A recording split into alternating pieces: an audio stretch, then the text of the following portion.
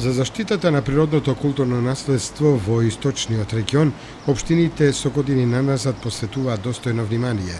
Заштитата на сливот на Зрновска река со природните ендемски видови на алги, природниот резерват Полаки, неколкуте видови на растенија и птици во Соговијата се само дел од природното богатство кое е ставено под заштита и во која се вклучени повеќе невладини организации, здруженија на граѓани и општини од регионот.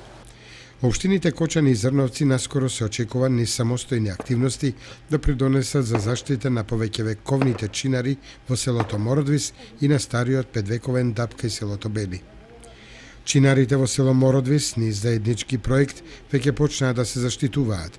Во првата фаза е подготвен елаборат за нивна заштита, а во втората фаза се очекува и директна активност врз нивната заштита. Ке се уредува просторот, ке се поставуваат клупи, со што чинарите, како природно богатство, ке бидат достапни до туристите и посетителите.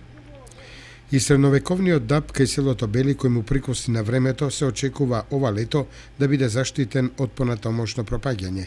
Се очекува негова конзервација, со што оштетувањата ќе бидат санирани, а крошната на дабот и неговото стебло ќе доминираат на височинката на ова издетничко место и ќе бидат вистинска атракција за посетителите и туристите.